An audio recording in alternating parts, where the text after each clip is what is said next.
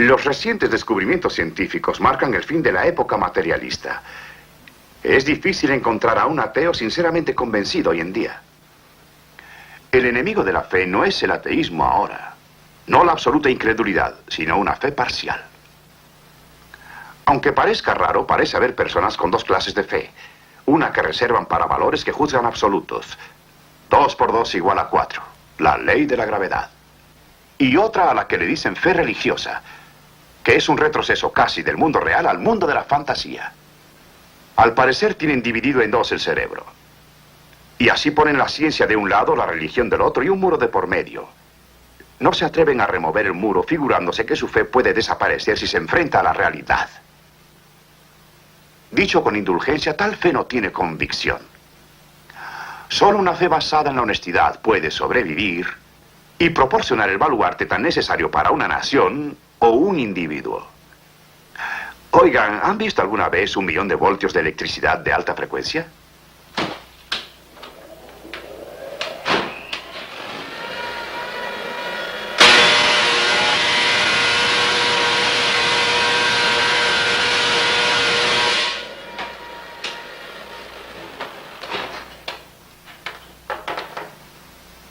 ¿Y qué tiene que ver con la fe? Nada, frente a una fe que se evade de la realidad. Pero si nuestra fe se funda en la realidad, entonces el 1.000.000 de voltios y todo en el laboratorio tiene una vital conexión. Explicaré a qué me refiero. En el capítulo 3 del Evangelio de San Juan leemos sobre un hombre llamado Nicodemo. Una noche vio a Jesús y le dijo: sabemos que has venido de Dios como maestro, porque nadie puede hacer estas señales que tú haces si no fuere Dios con él. Respondió Jesús y le dijo: de cierto te digo que el que no naciere de nuevo no puede ver el reino de Dios. Esta es una extraordinaria afirmación, ¿no les parece? ¿Se aplica a nacimiento físico? Eso mismo quería saber Nicodemo. Y le dijo: ¿cómo puede el hombre nacer siendo viejo? ¿Puede entrar por segunda vez en el vientre de su madre y nacer? Y entonces Jesús respondió en esta forma: de cierto te digo, que el que no naciere de agua y del Espíritu no puede entrar en el reino de Dios. Y luego, para explicar aún más su respuesta, dijo: lo que es nacido de la carne, carne es, y lo que es nacido del Espíritu, Espíritu es. No te maravilles de que te dije: os es necesario nacer otra vez. El viento sopla de donde quiere y oyes su sonido, pero no sabes de dónde viene ni a dónde va. Así es todo aquel que es nacido del Espíritu. Hay 3 hechos básicos en lo que acabamos de leer. Primero, hay 2 mundos de realidades, el físico y el espiritual.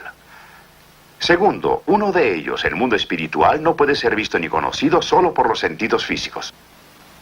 Y tercero, para poder penetrar o ver este mundo de realidad espiritual, debe verificarse en nosotros un cambio tan fundamental y profundo que mejor será llamarle nuevo nacimiento. ¿Lo cree usted? Hace unos años, muy comúnmente, mucha gente opinaba: no creeré en nada que no vea o registre en mis sentidos físicos. Hoy en día se considera esta actitud poco científica. Los modernos métodos científicos manipulan dimensiones muy reales, más allá del alcance de nuestros sentidos. ¿Se dan cuenta que a nuestra más preciosa posesión no la podemos ver, medir ni pesar? Ahora se puede saber exactamente la composición química del cuerpo humano. Por medios especialmente precisos saber cuánto calcio, hierro y fósforo hay. Cuantificar en forma exacta los elementos químicos presentes en un cuerpo. Si poco antes de un deceso cuantificamos su cantidad y luego lo hacemos momentos después del deceso, algo nos va a faltar, obviamente. Nuevamente será algo que no se logrará ver, medir ni pesar. Esa parte es la vida. Esta es una mano. No constituye todo mi ser.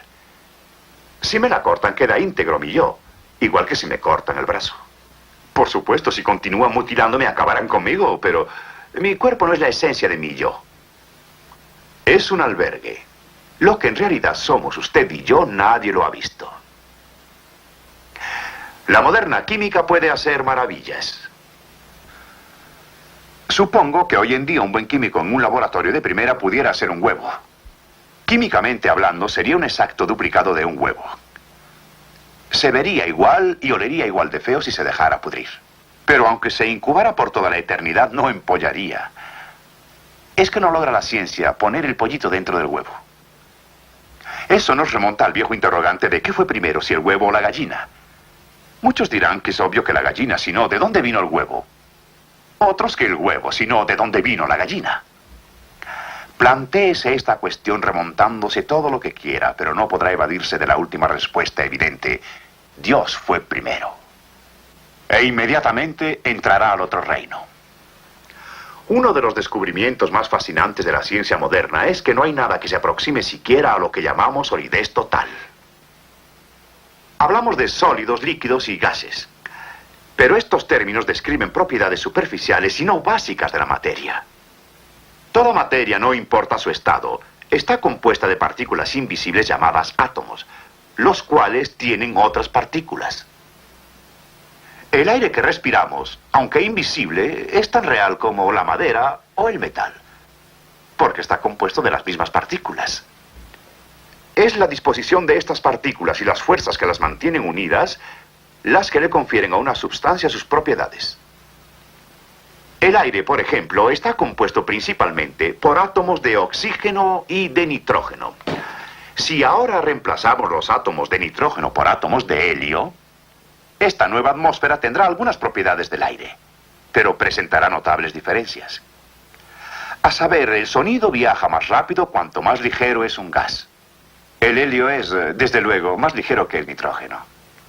Voy a llenarme los pulmones con este gas a ver si ustedes notan alguna diferencia.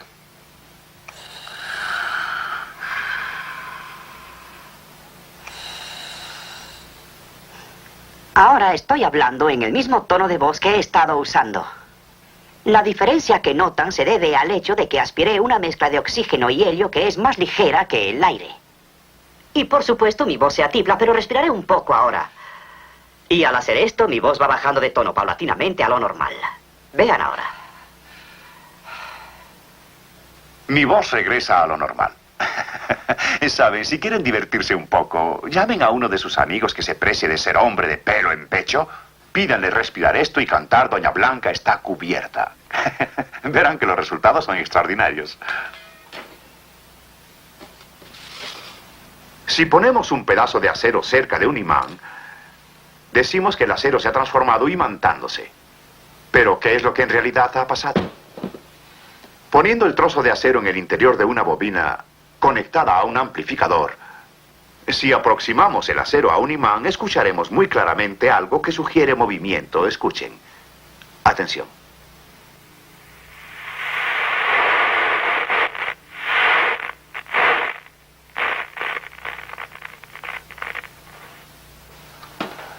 Pensamos en un pedazo de acero como en un sólido, y de acuerdo con nuestra definición es un sólido. Pero el concepto general de cómo está formado un sólido es ciertamente falso. Este pedazo de acero y cualquier otra sustancia que consideremos ser sólida es espacio vacío prácticamente. Si pudiéramos eliminar todo el espacio vacío del acero, todo lo que obtendríamos sería un pedacito de materia tan pequeño que no podríamos verlo ni por medio siquiera del más potente microscopio. Este concepto del espacio vacío de la materia prácticamente ilimitado es relativamente nuevo, pero es la piedra angular de nuestro conocimiento en esta era atómica.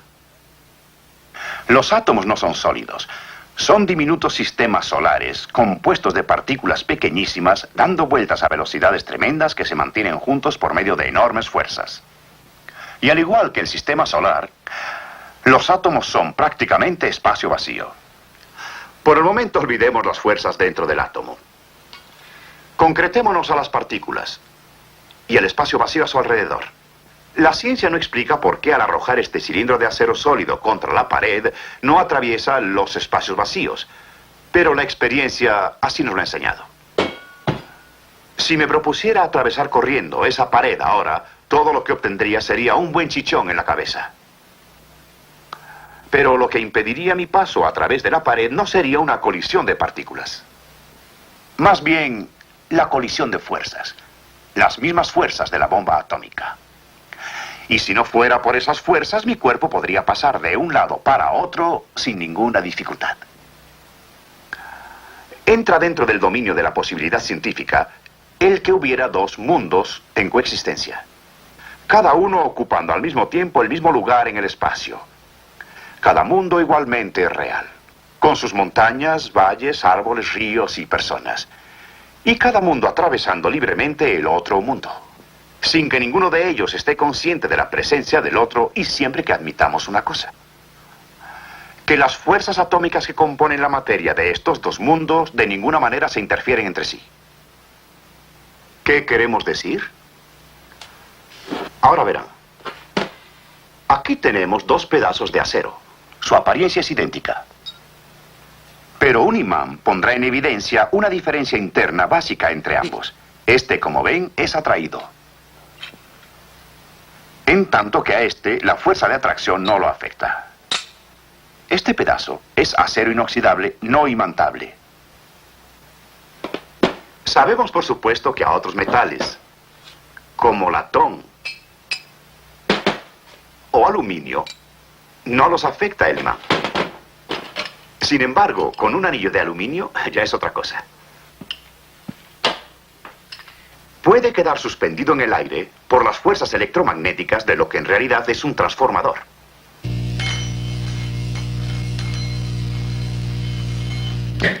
El anillo actúa en efecto como una espiral en corto secundaria. Mientras más pequeño es el anillo, más violentamente actúa.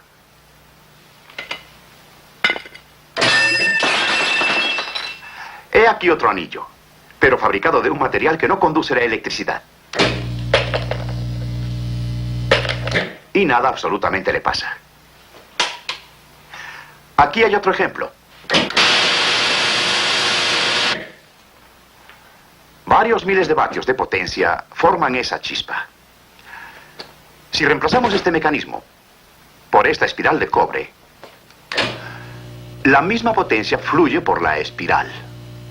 Es invisible y no afecta a muchas sustancias. Pero ¿cuánto calor genera?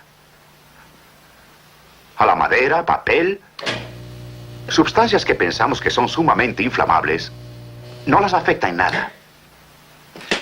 Un pedazo de lana de acero explota en llamas inmediatamente.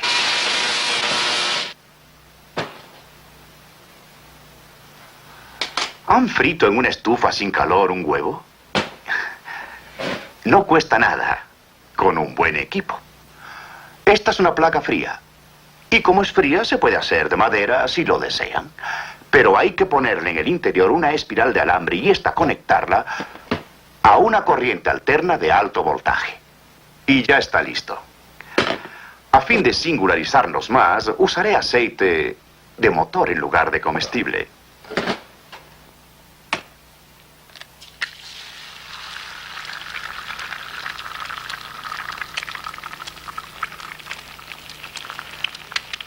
El huevo se fríe rápidamente, mientras la estufa permanece fría en absoluto. Y por si desean leer mientras guisan, pueden freír su huevo encima del periódico. Con un dispositivo así pueden levantarse en la mañana, sentarse en la estufa, leer con calma el periódico y freír el huevo en su regazo. Este es otro ejemplo de la selectividad que pueden presentar las fuerzas físicas. Todos los ejemplos que hemos visto hasta ahora caen dentro del campo de la física y por tanto su acción se ha visto limitada. Podemos, sin embargo, citar ejemplos que trascienden la física pura y con claridad demuestran la realidad de estos dos mundos. Encontramos ejemplos en la reseña histórica de este libro. En los primeros capítulos del Génesis, Dios y el hombre estaban en perfecta armonía. Eran uno los dos mundos. Luego el pecado se presentó. El hombre dejó de creerle a Dios, desobedeciéndolo.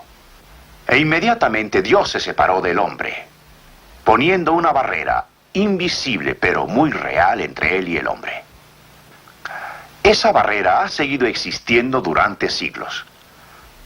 Pero hace 2000 años, según la Biblia, Dios tomó carne y habitó entre nosotros.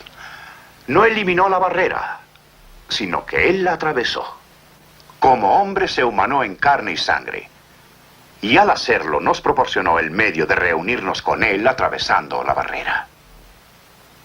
Durante 33 años Cristo permaneció en la tierra, muriendo luego cerca de la ciudad de Jerusalén en una cruz. Pero al tercer día resucitó de entre los muertos. Veamos qué sucedió aquella mañana de Pascua. El relato está en el capítulo 20 del Evangelio de San Juan, empezando con el primer versículo. El primer día de la semana, María Magdalena fue de mañana siendo aún oscuro al sepulcro, y vio quitada la piedra del sepulcro.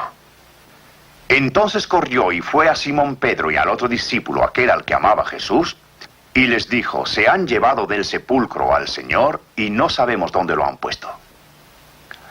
Y salieron Pedro y el otro discípulo y fueron al sepulcro. Corrían los dos juntos, pero el otro discípulo corrió más aprisa que Pedro y llegó primero al sepulcro. Y bajándose a mirar, vio los lienzos puestos allí, pero no entró. Luego llegó Simón Pedro tras él y entró en el sepulcro y vio los lienzos puestos allí, y el sudario que había estado sobre la cabeza de Jesús, no puesto con los lienzos, sino enrollado en un lugar aparte. Entonces entró también el otro discípulo que había venido primero al sepulcro y vio y creyó. ¿Pero qué creyó? Pues que había resucitado de entre los muertos Cristo. ¿Qué fue lo que le indujo a pensar así? ¿Una tumba vacía? No. Si hubiera sido la tumba vacía, habría creído con María en que alguien se había robado el cuerpo de Cristo. No vio la tumba vacía. Lo que vio fue el milagro de una mortaja intacta. El yerto cuerpo de Cristo fue preparado de acuerdo con la costumbre como una momia. Cristo vivió siempre en la pobreza, pero no fue enterrado como un indigente. José de Arimatea, un hombre rico, según la Biblia, reclamó el cuerpo de Jesús para enterrarlo, envolviéndolo en fina tela de lino. La costumbre oriental hacía que se envolvieran los cadáveres apretadamente en largas telas de lino. Cuando Cristo resucitó, tenía un cuerpo espiritual, no sintonizado con el mundo material, y así abandonó la mortaja, elevándose y dejando la tela hueca, hundida, vacía. Se podrá decir: bueno, está bien, pero ¿por qué estaba la piedra quitada del sepulcro? No fue a fin de que él saliera, más bien para que entraran, vieran y creyeran sus discípulos, volviéndose testigos oculares de un hecho de enorme importancia. Al atardecer del mismo día, los discípulos se reunieron confusos y temerosos a puertas cerradas en una habitación. En eso Cristo se apareció en medio de ellos y dijo: paz a vosotros. ¿De qué manera entró? Cristo entró en la habitación en la misma forma en que abandonó la mortaja y por la misma razón. Tenía un cuerpo espiritual. Un milagro se verificó, es cierto, pero el milagro no fue que Cristo atravesara el muro. Más bien que sus discípulos con ojos puramente físicos pudieran verlo. Hemos dicho que Cristo resucitado no sintonizó con lo material. ¿Qué queremos decir? Bueno, este fenómeno de resonancia o su ausencia no es difícil de demostrar, aún en el campo puramente físico del laboratorio. Se dice que Caruso entretenía a sus invitados tomando de encima de la mesa una copa. Luego que cantaba acercándosela a la boca con esa su magnífica voz y entonces la hacía estallar. No, yo no soy Caruso. Pero no es difícil reproducir ese hecho si usamos una voz electrónica aquí en el laboratorio. Lo importante está en sintonizar con la nota que rompa el cristal. La podemos determinar colocando una moneda en el cristal y sintonizando la frecuencia hasta dar con la resonancia.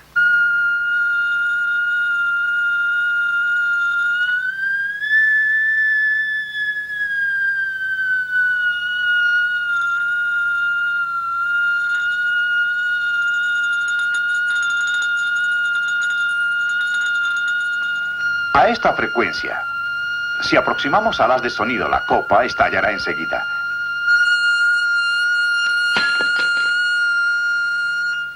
El sonido se vuelve algo muy real cuando está sintonizado con esto.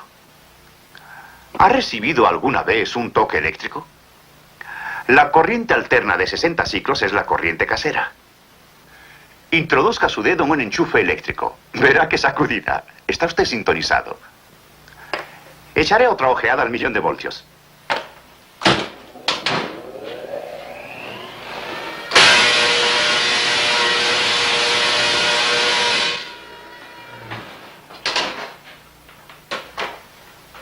Acaban de observar 1.000.000 de voltios en toda su potencia. Si fueran 60 ciclos de corriente alterna y la carga pasara por mi cuerpo a tierra, el resultado sería de necesidad fatal. Pero modificando la frecuencia de 60 ciclos a 65.000 ciclos, el cuerpo humano soportará una potencia considerable. Utilizamos la esfera de aluminio arriba del transformador como punto de descarga para el alto voltaje. Con ayuda del señor Metzger, me pondré en contacto directo con este transformador eléctrico. Permitiré que el voltaje atraviese mi cuerpo y salga por mis dedos. La demostración no es tan fácil, pero espero que ilustre nuestro punto de vista en tal forma que ustedes nunca lo olviden. A fin de estar en contacto directo con el transformador, debo quitarme los zapatos.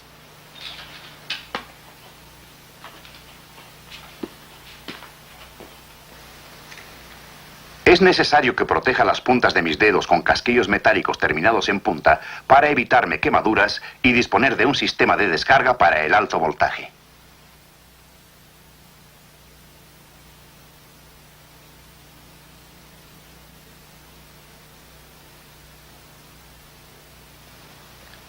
Potencia. Luces. Ahora. ¡Basta! Si existe alguna duda en su mente sobre la cantidad de potencia que atravesó mi cuerpo, creo que la siguiente demostración responderá a su pregunta. Se requiere potencia para incendiar este pedazo de madera. ¿Potencia?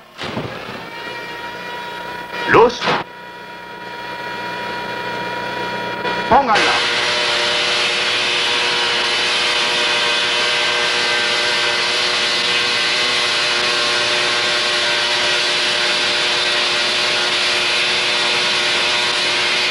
¡Ya basta!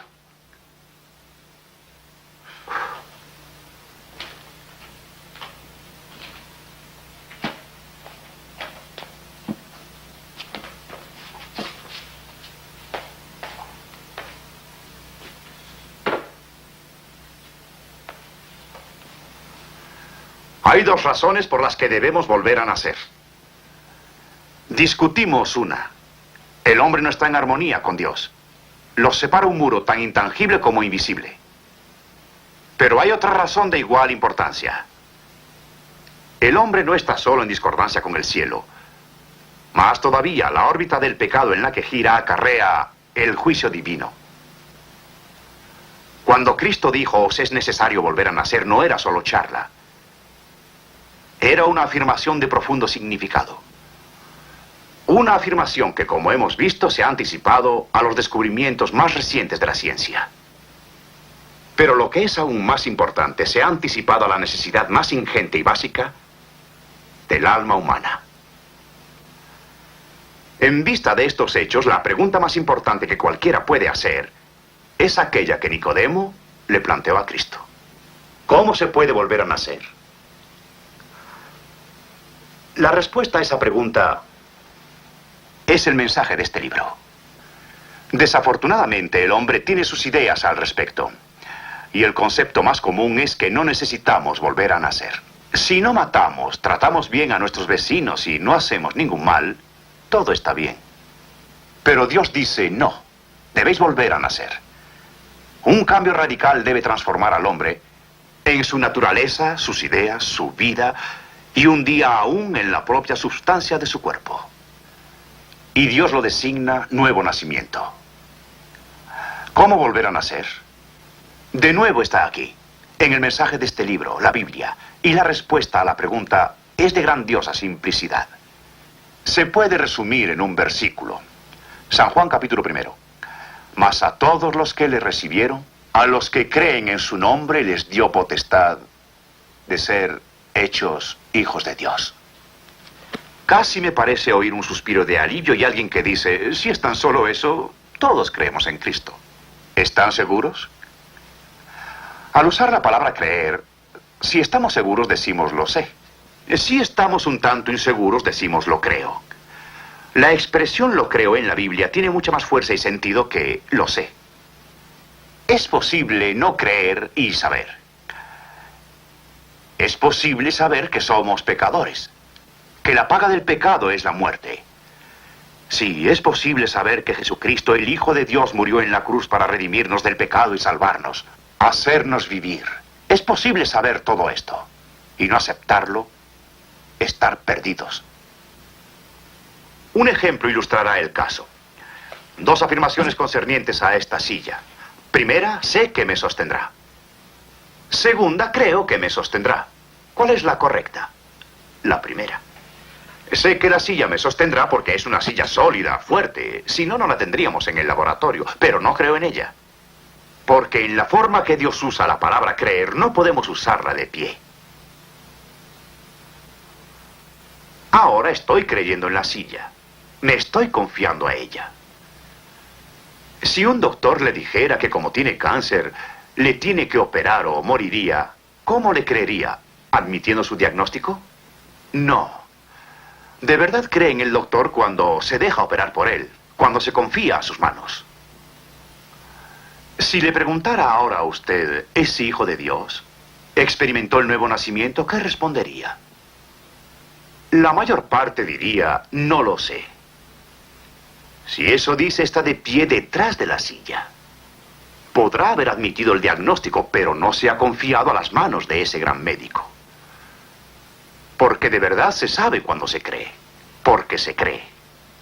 Podrá decir con el apóstol San Pablo, porque yo sé a quién he creído, y estoy seguro que es poderoso para guardar mi depósito para aquel día.